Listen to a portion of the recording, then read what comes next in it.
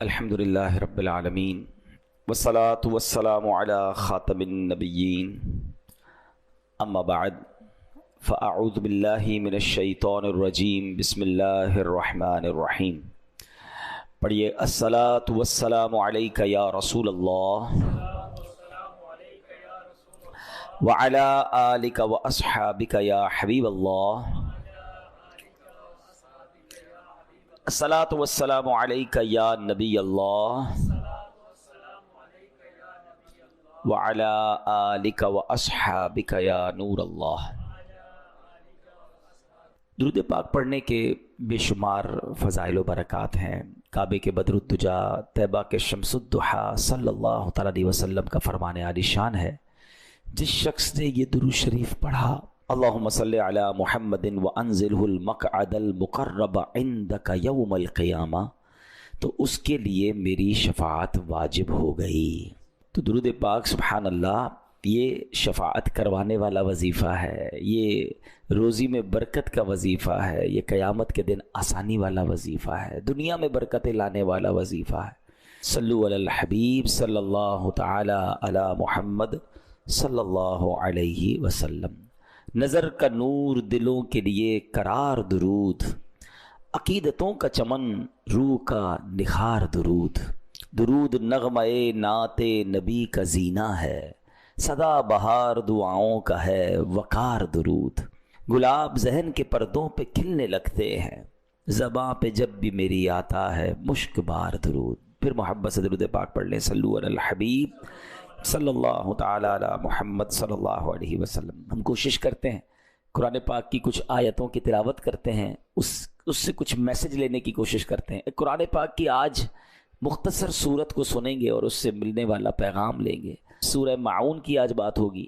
7 آیتیں ہیں، 1 رکوع ہے، اور معون کے معنی ہے استعمال کی معمولی چیز. اس میں چونکہ معون ذکر ہے اس صورت میں تو اس لیے اس کا نام سورہ معون رکھا گیا. ایک روایت کے مطابق یہ صورت آدھی مکہ میں مکہ کے غیر مسلموں مثلا ابو جہل، عاص بن وائل وغیرہ کے متعلق نازل ہوئی، جبکہ آدھی مدینے میں عبداللہ بن ابی سلول منافق کے بارے میں مدینہ منورہ میں نازل ہوئی. بنیادی طور پر یہ نقطہ سمجھایا گیا ہے کہ قیامت کے دن اٹھنے اور بارگاہ الہی میں پیش ہونے کا انکار ابو الخبائث یعنی برائیوں کی جڑ ہے. اس انکار کے سبب انسان برے اور گھٹیا کردار کا عادی ہو جاتا ہے. یعنی جس کو یہ ظاہری نہیں کہ مرنا ہے، مرنے کے بعد اللہ کے پاس جانا ہے، اللہ کی بارگاہ میں حساب دینا، جب یہ دماغ میں نہ ہو تو یہ سب سے بڑی برائیوں کی جڑ ہے. پھر انسان کس بات کی نیکی کرے گا جب پتہ ہے حساب ہی نہیں دینا. تو کفار اس وجہ سے بہت زیادہ برائیوں میں ملوث تھے. قیامت کے دن کا یہی انکار آدمی کو ظالم بناتا ہے. جو قیامت کا انکار کرتا ہے اس کے اندر سے انسانیت مٹ جاتی ہے. وہ انسان نما حیوان بن کر یتیموں، مسکینوں اور بے سہاروں پر ظلم ڈھاتا ہے، انہیں دھکے دیتا ہے. یہی قیامت کا انکار آدمی کو ریاکار بناتا ہے. یہی قیامت کا انکار بندے کو اپنے رب کریم کا نافرمان بناتا ہے. یہی انکار کنجوس بناتا ہے. حرص و ہوس کے دلدل میں پھنس کر انسان برباد ہو جاتا ہے. اب یہ کیوں نازل ہوئی تھی یہ صورت، ہم انشاءاللہ اس کو پڑھیں گے اور آپ میں سے کئیوں کو وہ صورت یاد ہوگی. پہلے میں تلاوت کر لیتا ہوں، پھر میں اس کا شان نزول بیان کرتا ہوں. اللہ قرآن میں فرماتا ہے بسم اللہ الرحمن الرحیم ارأیت الذی یکذب بالدین فذلک الذی یدعو الیتیم ولا یحض علی طعام المسکین فویل للمصلین الذین هم عن صلاتهم ساہون الذین هم یراؤون ویمنعون الماعون. یہ 7 آیتیں ہیں. یہ صورت کیوں نازل ہوئی، اس کا شان نزول کیا ہے، اب ذرا یہ سنیے گا کہ مکہ پاک میں ایک یتیم بچہ تھا. اس امت کے فرعون یعنی مکہ پاک کے بہت بڑے غیر مسلم ابو جہل نے ایک یتیم کی پرورش کی ذمہ داری اپنے ذمہ لے لی، اور وہ سارا مال جو اس بچے کو ملا تھا وہ اپنے قبضے میں لے لیا کہ مال مجھے دے دو، بچے کی میں پرورش کروں گا.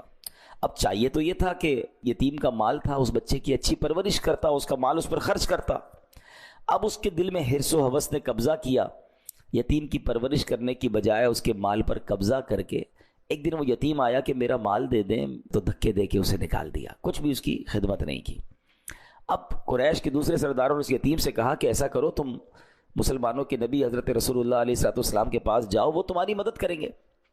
قریش کے لوگوں نے بات مذاق کے طور پر کہی تھی کہ جب وہ ان سے مدد مانگنے جائیں گے اور یہ ابو جہل کے پاس آئیں گے تو ابو جہل نے اور بدتمیزی کرنی ہے معاذ اللہ، اور معاملہ آگے بڑھے گا. مگر انہیں کیا معلوم تھا کہ جس کے پاس بھیج رہے ہیں وہ رب کائنات کے محبوب ہیں. وہ ابرو کا اشارہ فرما دے تو دنیا ادھر سے ادھر ہو جاتی ہے. انہیں تو معلوم نہیں تھا نا، وہ اللہ کا نبی نہیں مانتے تھے. تو اب بہرحال وہ نبی پاک کے پاس وہ بچہ آ گیا. سبحان اللہ، کیا خوبصورت بات اشعار میں علماء نے لکھی نا، غم و رنج و علم اور سب بلاؤں کا مداوا ہو، اگر وہ گیسوؤں والا میرا دلدار ہو جائے، اشارہ پائے تو ڈوبا ہوا سورج برآمد ہو، اشارہ پائے تو ڈوبا ہوا سورج برآمد ہو، اٹھے انگلی تو ماہ دو بلکہ دو دو چار ہو جائے. نبی پاک کی شان. وہ یتیم بچہ چلا گیا پیارے آقا علیہ السلام کے پاس. نبی پاک سبحان اللہ سب سے محبت کرنے والے پیارے آقا ابو جہل کے گھر چلے گئے. اب لوگ انتظار کر رہے تھے کہ اب جو باتیں ہوں گی اس سے معاذ اللہ ابو جہل اور بدتمیزی کرے گا اور جھگڑا بڑھے گا. نبی پاک یتیم کی مدد کرنے ابو جہل کے گھر گئے، اور نبی پاک علیہ السلام کی جب اس کے گھر گئے تو لوگ تو سمجھے آج بڑی اکڑ دکھائے گا ابو جہل، آج بڑی بدتمیزی کرے گا.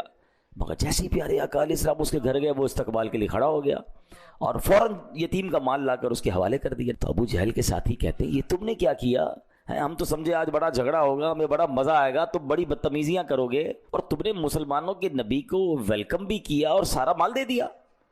تو ابو جہل کہتا ہے خدا کی قسم میں نے محمد علیہ السلام کے دائیں اور بائیں ایک نیزہ دیکھا، مجھے ڈر لگ رہا تھا اگر ان کی بات نہ مانی تو وہ نیزہ مجھے پھاڑ ڈالے گا.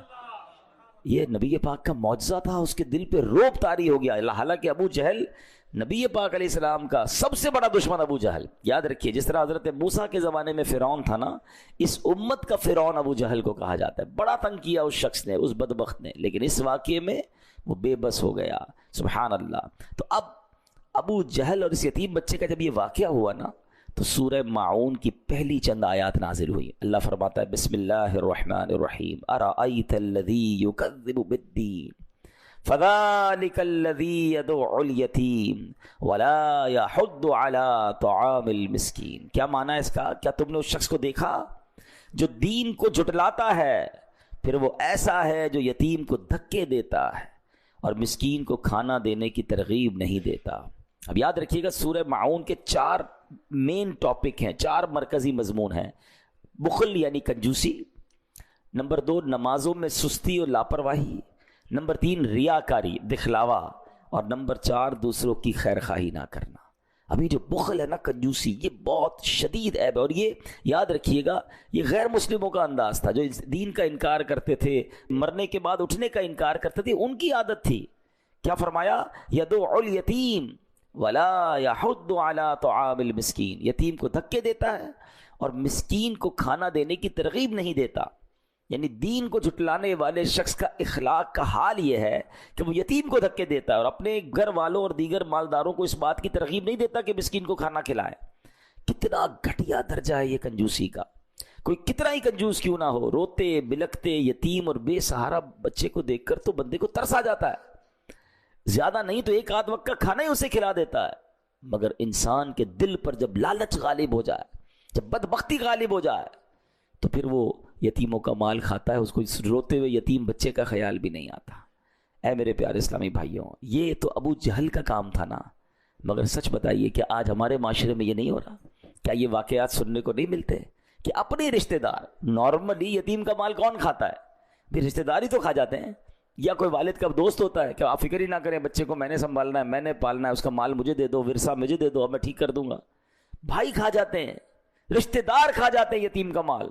آپ سوچیں اس سورت کو 100 بار پڑھا ہوگا اور اللہ کفار کی عادتیں بیان فرما رہا ہے قرآن میں کہ یہ اتنے گھٹیا لوگ ہیں کہ یتیم کا مال کھا جاتے ہیں، مسکین کو کھانا نہیں کھلاتے. مگر آج کلمہ پڑھنے والا ورثے کا مال کھا جاتا ہے، بہنوں کا ورثہ لوگ کھا رہے ہیں، یتیم کا مال کھا رہے ہیں. کدھر جواب دیں گے؟ اے میرے پیارے اسلامی بھائیوں، یہاں تک علماء فرماتے ہیں کہ اگر کسی والد کا انتقال ہو، اب دیکھیے کتنی احتیاط ہے. اور اس کا ورثہ ظاہر ہے اب تو پیسے بچوں کے ہو گئے، گھر والوں کے ہو گئے، اس میں کوئی ایک نابالغ بچہ ہے، یتیم ہمیشہ نابالغ ہوتا ہے، یہ بھی یاد رکھیے گا۔ آپ کو 40 سال کا بوڑھا کہے میں یتیم ہوں، میں میرے ماں باپ انتقال کر گئے، تو پھر تو ہم تقریباً جتنے بڑی عمر کے لوگ ہیں سبھی یتیم ہیں، ہم میں سے کئیوں کے والدین چلے گئے ہیں۔ تو یتیم جب تک نابالغ ہوتا ہے وہ یتیم ہوتا ہے، یاد رکھیے گا۔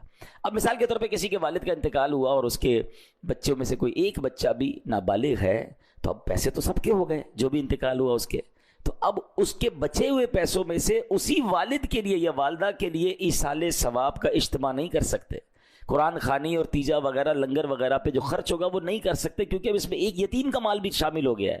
تو احتیاط یہ ہے کہ پہلے سب کا مال الگ کر دیا جائے، اب جو بالغ ہے وہ کہے کہ میرے مال سے آپ جناب یہ نیکی کا کام کرے تو پھر کر سکتے ہیں۔ یعنی ایصال ثواب کے معاملے میں بھی یہ احتیاط کرنی ہوگی کہ یتیم کا چونکہ نابالغ ہے وہ اجازت دے نہیں سکتا، تو آپ اس کے مال سے خرچ نہیں کر سکتے۔ بالکل ایک احتیاط علماء یہ بھی بیان کرتے ہیں کہ آپ یتیم کو یا نابالغ کو تحفہ دے سکتے ہیں مگر اس سے تحفہ لے نہیں سکتے، کیونکہ اس کا مال اس کو خرچ کرنے کی اس طرح اجازت نہیں ہے، اس کی پوری تفصیل ہے، ٹھیک ہے نا۔ تو یہ احتیاط بہت ضروری ہے، لیکن آج کسی کو فکر ہی نہیں ہے۔ حالانکہ قرآن یتیم کے مال کی احتیاط کیسے بیان کرتا ہے۔ اللہ فرماتا ہے بے شک وہ لوگ جو ظلم کرتے ہوئے یتیموں کا مال کھاتے ہیں اور وہ اپنے پیٹ میں بالکل آگ بھرتے ہیں، اور ان قریب یہ لوگ بھڑکتی ہوئی آگ میں جائیں گے۔ یتیم کا مال یہ آگ بھرنا ہے، خدارا یتیموں کے ساتھ اچھا کریے۔ حدیث پاک میں آتا ہے کہ یتیم کا مال ظلمن کھانے والے قیامت میں اس طرح اٹھیں گے کہ ان کے منہ، کان اور ناک سے دھواں اٹھتا ہوگا، جس سے وہ پہچانے جائیں گے کہ یتیموں کا مال ناحق کھانے والے ہیں۔ خاندان میں چیک کیجئے، مجھے جو سن رہے ہیں، اگر کسی رشتہ دار کے کسی بچے کا، خاندان کے کسی بچے کا، اس یتیم کا آپ پر حق باقی ہے، خدا کے واسطے پورا اچھے طریقے سے ادا کر دیں، ادھر بھی مارے جائیں گے ادھر بھی مارے جائیں گے۔ اور سبحان اللہ، یتیم کی کفالت کتنی بڑی نیکی ہے۔ پیارے آقا علیہ الصلوۃ والسلام فرماتے ہیں بہترین گھر وہ ہے جس میں یتیم ہو اور اس کے ساتھ اچھا سلوک کیا جاتا ہو۔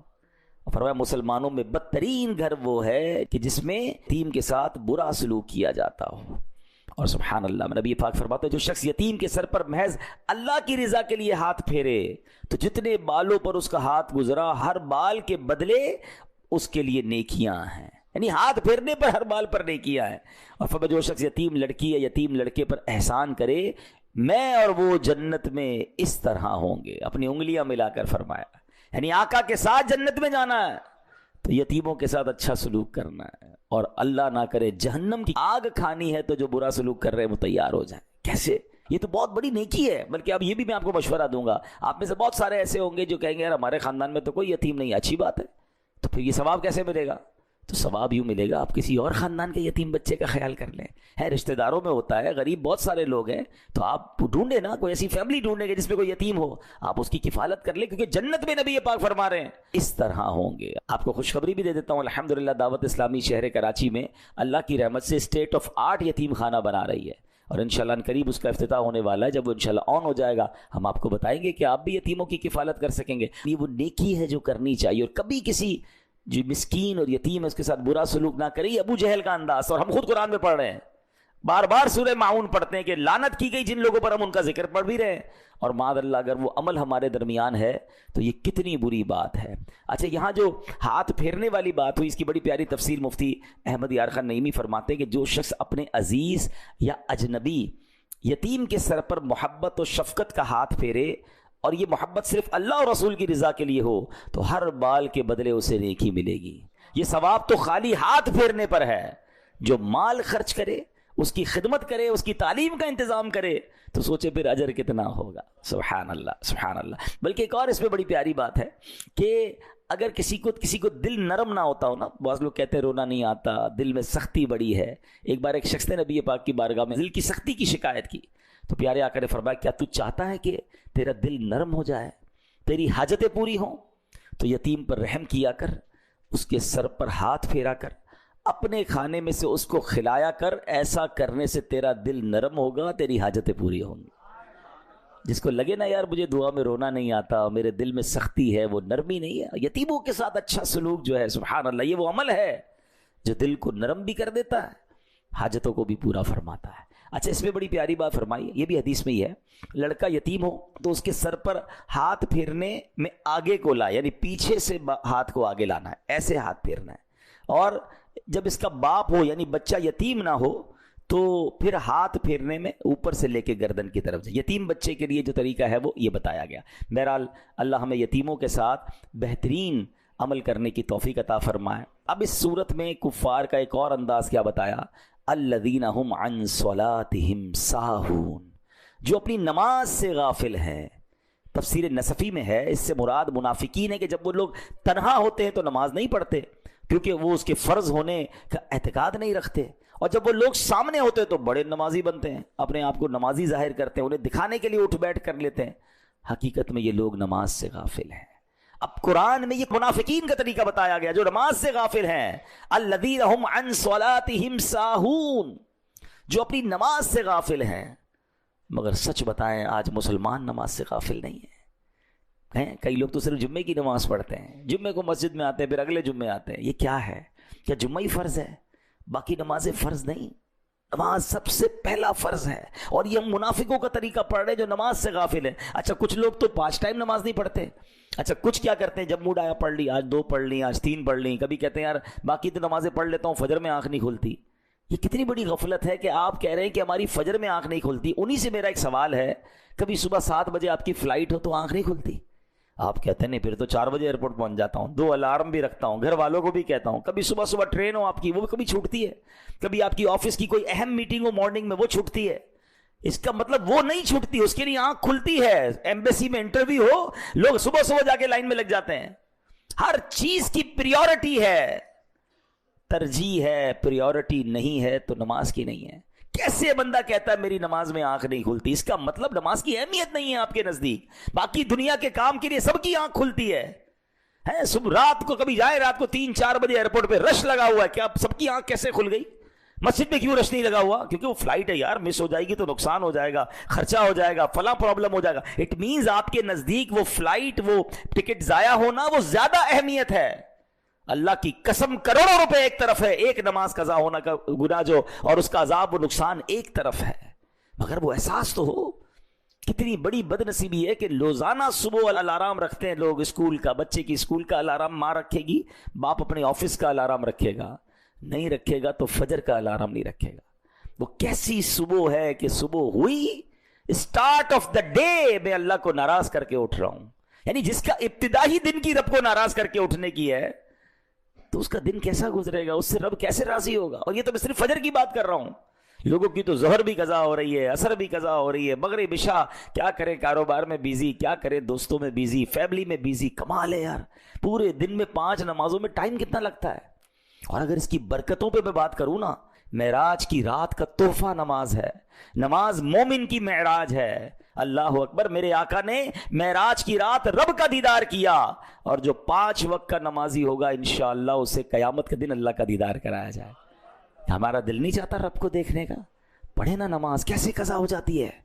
اللہ اکبر، آپ ذرا غور کریں، جو 5 وقت کا نمازی ہوتا ہے نا، وہ اکثر وقت وضو میں گزارتا ہے، ایک نماز کی تیاری کر رہا ہے، دوسری نماز کی تیاری کر رہا ہے، ایک نماز سے باہر آ رہا ہے، دوسری نماز میں، یعنی اگر آپ سوچیں کہ 5 وقت کے نمازی کا اگر انتقال ہوگا نا کبھی تو ہوگا، ہم سب کا ہوگا، تو بہت بڑا چانس یہ ہے کہ یا تو مسجد میں انتقال ہوگا، یا سجدے میں انتقال ہوگا، یا وضو میں انتقال ہوگا، یعنی کسی اچھے کام میں ہی اس کا انتقال کا چانس ہے۔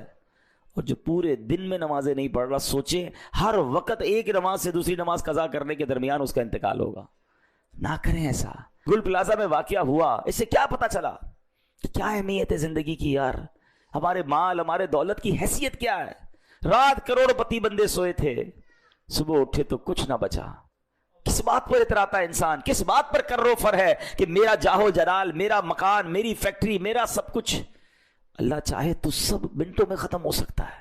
زکوٰۃ دینے والے زکوٰۃ لینے والے بن چکے۔ میں اس سے عبرت کا پہلو آپ کو بتا رہا ہوں کہ یہ میری اور آپ کی اوقات ہے، پھر بھی نماز نہیں پڑھتے۔ ہم کیوں سوچتے ہیں ان کے ساتھ ہوا میرے ساتھ نہیں ہو سکتا، میں نہیں مر سکتا؟ کیا میں نے اور آپ نے اپنے سے کم عمر لوگوں کے جنازے نہیں پڑھے؟ جب مجھ سے چھوٹی عمر کا مر سکتا ہے تو میں بھی مر سکتا ہوں، بھائی مجھے بھی مرنا ہے۔ اللہ سے دعا کرتے ہیں، اے اللہ میں جلنے والی، کٹنے والی، پھٹنے والی، ڈوبنے والی موت سے بچائی رکھنا۔ اے اللہ عافیت والی، خیر والی، نمازوں والی، بستر والی نہیں بلکہ زندگی کی آخری نماز کھڑے ہو کر ہمیں مسجد نبوی میں ادا کرنے کی توفیق عطا فرما، اور ہمیں مدینہ پاک والی اور آقا کی دید والی موت نصیب فرما۔ لیکن بھائی اینڈ آف دا ڈے مرنا تو ہے نا، قبر میں تو جانا ہے نا، کیسے نماز کے بغیر زندگی گزار رہے ہیں، کیسے جواب دیں گے؟ قرآن کہہ رہا ہے یہ منافقوں کا طریقہ ہے، الذین هم عن صلاتهم ساہون، جو لوگ اپنی نماز سے غافل ہیں۔ ہم کیسے غافل ہو سکتے؟ پلیز نماز پڑھیں، نماز کی سستی ختم کریں، نیت کریں کہ آج کے بعد ہماری کوئی نماز قضا نہیں ہوگی۔ آگے کیا فرمایا؟ الذین هم یراؤون، وہ جو دکھاوا کرتے ہیں، یعنی منافقین فرائض کی ادائیگی اللہ پاک کی رضا حاصل کرنے کے لیے نہیں بلکہ لوگوں کو دکھانے کے لیے کرتے تھے۔ آج بھی یہ وبا عام ہے، نیکی کرنی ہے لوگوں کو دکھانا ہے، نیکی کر، پہلے کہتے تھے دریا میں ڈال، اب نیکی کر فیس بک پہ ڈال، سوشل میڈیا پہ ڈال، لوگوں کو بتانا ہے۔ ریاکاری کی تعریف ہی یہ ہے کہ اللہ کی رضا کے علاوہ کسی اور ارادے سے عبادت کرنا، یہ ریاکاری۔ لوگ مجھے نمازی کہیں، لوگ مجھے حاجی کہیں، لوگ مجھے سخی کہیں، میری واہ واہ ہو جائے، اس کا مطلب you are not making worship because of اللہ سبحانہ و تعالی۔ آپ اللہ کے لیے نہیں کر رہے، آپ لوگوں کے لیے کر رہے۔ خود اپنے دل سے پوچھیں، نیکی کر کے کیوں جی چاہتا ہے کہ لوگوں کو میں بتاؤں، میں ذرا ڈالوں سوشل میڈیا پہ، پھر دیکھوں کتنے لائکس آئے، کتنے سبحان اللہ، کتنے زبائی۔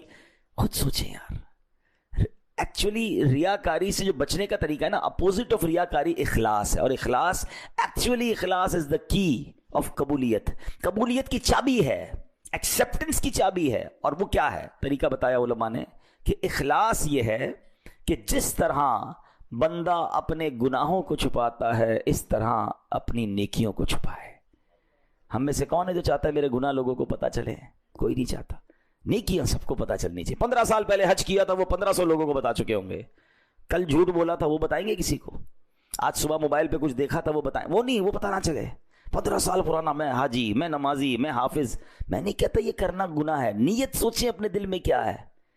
کسی حاجی کے بارے میں سوچنے کا نہیں کہہ رہا، اپنے بارے میں سوچیں۔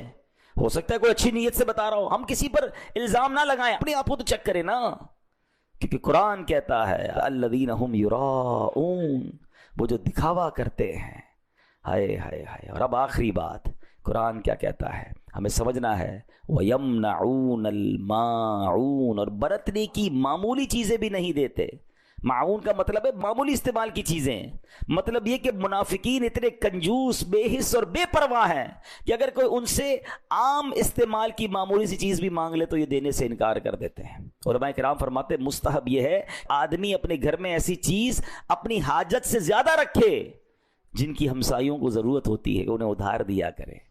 حدیث پاک میں آتا ہے، حضرت عائشہ صدیقہ فرماتی ہیں میں نے عرض کیا یا رسول اللہ علیہ السلام کون سی چیز جس کا منع کرنا حلال نہیں ہے، یعنی کوئی مانگے تو منع نہیں کرنی چاہیے، فوراً دینی چاہیے؟ تو فرمایا پانی، نمک اور آگ۔ اور اس کی وجہ کیا فرمائی؟ کہتے ہیں حضور پانی کا حکم، پانی تو سمجھ آ گیا کہ کوئی بھی مانگے اسے پلا دے، آگ اور نمک سے کیا مراد ہے؟ حکم کیوں ہے؟ فرمایا جس نے کسی کو آگ دی گویا اس نے اس آگ سے پکا ہوا سارا کھانا خیرات کر دیا۔ پہلے زمانے میں لکڑی وغیرہ دیتے تھے لوگ، آگ لگاتے تھے، یعنی اس کے چولہے کا اگر آپ نے انتظام کر دیا، اس چولہے پہ جتنا کھانا بنا سب آپ نے خیرات کیا۔ فرمایا جس نے کسی کو نمک دیا اس نے گویا وہ سارا کھانا خیرات کیا جس کھانے میں نمک کی وجہ سے لذت آئی ہے۔ ہائے ہائے ہائے۔ اور صرف پانی پلانے کی فضیلت کیا ہے؟ فرمایا جس نے کسی مسلمان کو ایک گھونٹ پانی وہاں پلایا جب پانی عام ملتا ہے، نارمل پانی ملتا ہے، تو اسے غلام آزاد کرنے کا ثواب ہے۔ اور جس نے کسی مسلمان کو وہاں ایک گھونٹ پلایا جہاں پانی نہ ملتا ہو تو اس نے گویا اسے زندگی بخشی۔ نارمل پانی پلانے کا ثواب اتنا ہے، اور جہاں پانی نہیں وہاں پلانا۔ مگر ادھر دل ہی نہیں چلتا، اللہ کی راہ میں خرچ نہیں کرتے لوگ، اپنی زکوٰۃ پوری نہیں دیتے۔ کنجوسی بھی منافقین کا اور کفار کا انداز ہے۔ تو اے میرے پیارے اسلامی بھائیوں، آج سورہ معون ہم نے سنی، اس کی تفسیر سنی، کفار کی عادتیں سنی۔ چیک یہ کرنا ہے کہ کیا یہ عادتیں میرے اندر تو نہیں؟ یتیم کا مال کھانا یہ کفار کا طریقہ، مسکین کو مدد نہ کرنا یہ کفار کا طریقہ،